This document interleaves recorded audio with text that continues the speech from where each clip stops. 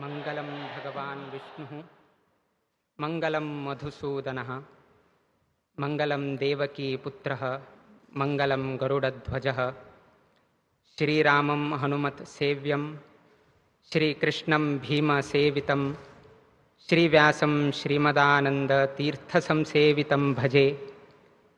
ब्रह्मान्ताः गुरवः साक्षात् इष्टं दैवं श्रियःपतिः आचार्याः श्रीमदाचार्याः सन्तु मे जन्म जन्मने। श्री गुरुभ्यो नमः। हरि ओम। आज का दिन अत्यंत पर्तगाली मठ के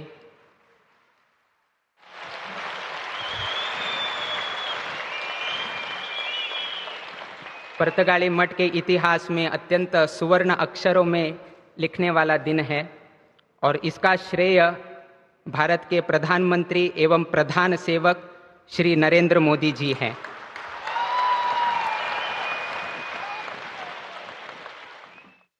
मठ की तरफ से और व्यक्तिगत रूप से और सभी गौड़ सारस्वत ब्राह्मण समाज के लोगों से और गोमांतक के सभी लोगों के तरफ से हम नरेंद्र मोदी जी को यहाँ पर हार्दिक स्वागत करते हैं। विशेष करके हम श्रीमान नरेंद्र मोदी जी का व्यक्तिगत रूप का दो चार विषय आपके सामने प्रस्तुत करना चाहते हैं। हमें एक ऐसे प्रधानमंत्री जी प्राप्त हुए हैं जो चातुर्मास के काल में एक भुक्त का पारायण करते हैं। एक भुक्त का उनका जो खाने का है सिर्फ एक वक्त का रहता है, अर्थात चातुर्मास व्रत भी हमारे नरेंद्र मोदी जी पालन करते हैं। अगर सोचा जाए चातुर्मास व्रत स्वामी जी ये सब कुछ लोग करते हैं, मगर हमें संतुष्टि इस बात का है कि हमारे प्रधानमंत्री जी भी चातुर्मास के इस काल में एक भुक्त का व्रत करते हैं। उसके अलावा नवरात्रि के दिन 9 दिन उपोषण का व्रत भी करते हैं। आज हम ये सब कुछ करने के बाद, अर्थात आध्यात्मिक रुचि को अपने साथ रखने के बाद, ऐसे प्रधानमंत्री इस स्थान पर 2014 के बाद आने के बाद आज हमारा भारत देश कितना आगे बढ़ा है ये आप सबको मालूम है।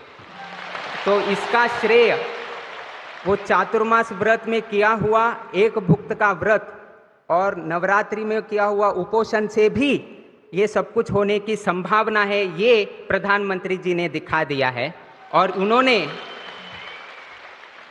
ये भी सबको एक इच्छा जगाया है कि आप भी इस तरह का परिपालन अपने जीवन में भी करना चाहिए। हम नरेंद्र मोदी जी को ये भी कहना चाहते हैं, आपने चातुर्मास व्रत का एक भुक्त का व्रत भी पालन किया है, नवरात्रि में उपोषण का भी पालन किया है। अगर एकादशी के दिन भी उपोषण हो जाए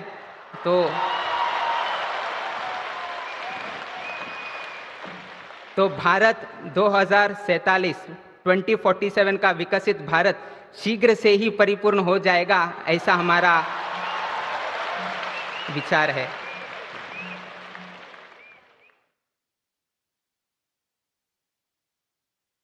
अत्यंत संतोष का विषय यह है कि माननीय प्रधानमंत्री जी को गोवा अत्यंत प्रसिद्ध है, किंतु इसी समय या इसी स्थान में इनका तकदीर भी यहाँ पर ही लिखा गया है। उन्होंने भी अपने वक्तव्य में कहा है, 2002 में जब वे गोवा में मीटिंग में थे तब गुजरात का बागडोर संभालने के लिए गोवा में ही सब कुछ यहाँ पर अनुमति प्राप्त हुआ था। और 2013 में जब वे गोवा में आए थे तो उसी समय गोवा में ये डिक्लेयर किया गया था कि प्रधानमंत्री का जो प्राइम मिनिस्टर का क्रेडेंशियल है वे हमारे प्रधानमंत्री नरेंद्र मोदी जी होंगे करके 2013 में घोषणा भी इसी गोमांतक भूमि में हुआ था। तो इस नाते उनका जो ये पॉलिटिकल का करियर है, इसका जो तकदीर है वो सब कुछ गोवा में ही स्थापन हुआ है। और एक संतुष्टि की बात यह है कि हम विशेष करके मोदी जी को प्रशंसा करते हैं, या भी सभी लोग मोदी जी को प्रशंसा करते हैं, किंतु उसके साथ साथ हमें ये भी विस्मृति नहीं होना चाहिए कि आज जो भी प्रधानमंत्री नरेंद्र मोदी जी है, इसका संपूर्ण श्रेय उनके माताजी हीराबेन मोदी जी को जाता है। इसका कारण ये है, गोवा का जो गोवा लिबरेशन डे है वो जून 18 तारीख को मनाया जाता है, और योगा योग से 1923 जून 18 तारीख को हीराबेन मोदी जी का भी जन्म हुआ है। मां का जन्म जून 18 तारीख को हुआ है, और गोवा का जो गोवा लिबरेशन डे जून 18 को मनाया जाता है वो भी जून 18 को मनाया जाता है। और उसी गोमांतक भूमि में हीराबेन मोदी जी के धर्मपुत्र का भी पॉलिटिकल करियर का एक तकदीर भी यहां पर ही लिखा गया है। तो उस नाते से और एक नाता जुड़ गया है कि मां का भी आशीर्वाद इस गोमांतक को भी लग गया है। विशेषकर से हम इस विषय पर जोर देना चाहते हैं, हम तो आध्यात्मिक जीवन से परिचित है, सन्यासी जीवन जगाते हैं, तो आध्यात्मिक विषय से इनका तुलना किया जाए तो महाभारत तो आपने सभी लोगों ने पढ़ाया हुआ है, सुनाया हुआ है। तो वहां पर 3 लोगों का पात्र आता है, दुर्योधन, युधिष्ठिर और भगवान श्री कृष्ण का।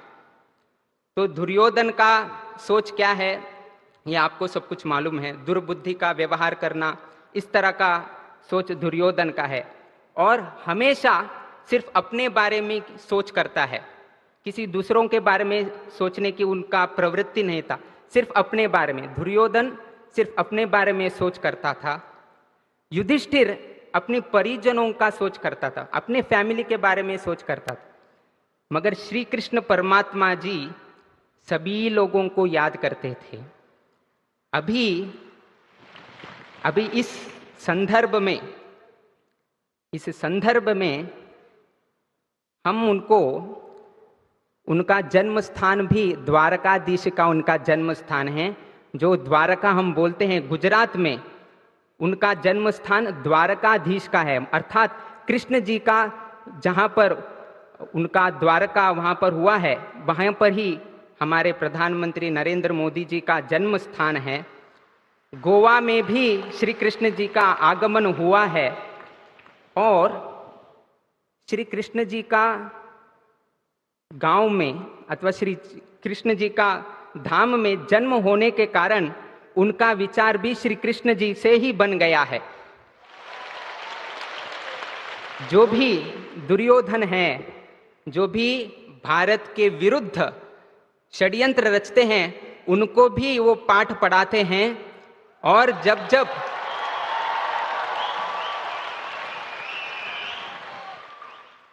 जब देशवासियों को प्रधानमंत्री से कुछ आशा है, वो भी दीपावली के अनेक अवसर पर वो भी आपको प्रदान करते हैं।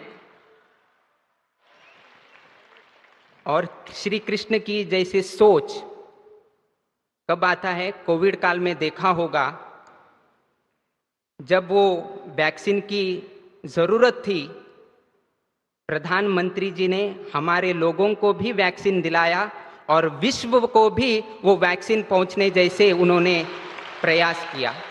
ये कृष्ण जी का सोच है, सिर्फ हमारा नहीं, सभी विश्व का भी हमें ख्याल रखना चाहिए। आज हम हीराबेन मोदी जी का यहाँ पर विशेष तौर पर प्रशंसा करते हैं, क्योंकि हीराबेन मोदी जी ने हमें हीरा जैसा पुत्र इस देश को दिया है।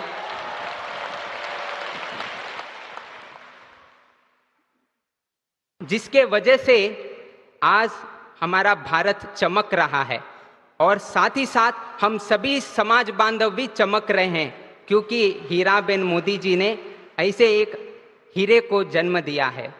आज हम इनको धर्मपुत्र से संबोधित करते हैं, जिन्होंने धर्म की रक्षा के लिए बागडोर संभाला। अयोध्या में रामलला जी का प्रतिष्ठापना हुई। अभी दो दिन पहले ध्वजारोहण भी वहां पर हो गया, और अभी पुर्तगाली में भी फिर यहाँ आकर राम जी का प्रतिमा का भी अनावरण करके दिया है। ऐसे धर्मपुत्र को हम सभी यहाँ पर उपस्थित सभी लोगों को हम आह्वान करते हैं कि आप जोर से तालियां बजाकर उनका फिर से अभिवादन कीजिएगा।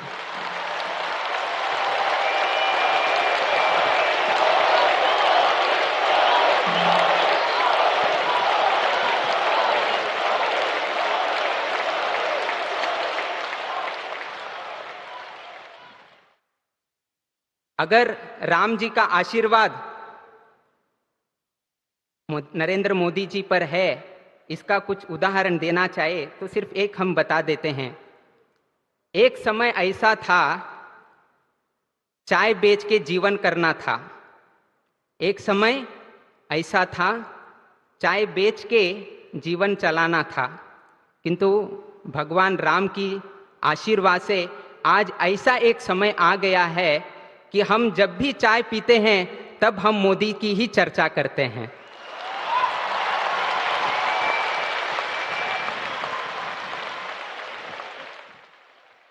ये परिवर्तन जो उनके जीवन काल में हुआ है, तो इससे एक तो सोच हो जाता है कि इनके साथ राम जी का आशीर्वाद शतसिद्ध है करके इन्होंने आज दिखा दिया है। इनका एक अत्यंत विनयपूर्वक एक गुण को हम आपके सामने रखना चाहते हैं कि जब ये वाराणसी में गए थे और योगा योग से जहां पर हमारा पहला वाराणसी मठ हुआ है, सौभाग्य है सभी लोगों का कि जहां पर वाराणसी मठ है उसी लोकसभा क्षेत्र से वे प्रतिनिधित्व करते हैं, और वहीं पर गोकर्ण पुर्तगाली जीवोत्तम का मठ है। और ये मठ मध्वाचार्य सिद्धांतों का प्रचार करता है, मध्व सिद्धांत को प्रचार करता है, द्वैत सिद्धांत को प्रचार करता है। और हमें संतुष्टि इस बात की है कि हमें एक अवकाश मिला कि गुरु मध्वाचार्य के मूर्ति को उनको प्रस्तुत करके उनका गौरव करने का एक अवकाश भगवान ने हमें दिया है। वाराणसी क्षेत्र में जब विश्वनाथ मंदिर में गए थे तब उन्होंने पुजारी के बारे में भी उन्होंने सोचा है। हम लोग देखते हैं कि ये करते हैं वे करते हैं, किंतु मोदी जी को पुजारी गण का भी उनका उतना ही आदर प्रेम है।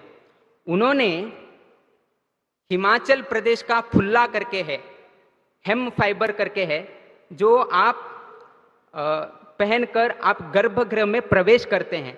तो उन्होंने देखा कि हमारे पुजारी जन को थोड़ा कठिनाई होती है, तो उन्होंने खुद उसे मंगाकर सभी विश्वनाथ मंदिर के पुजारी गण को उन्होंने उस फुल्ला को उन्होंने प्रदान किया है। तो इतना सोच हमारे प्रधानमंत्री रखते हैं।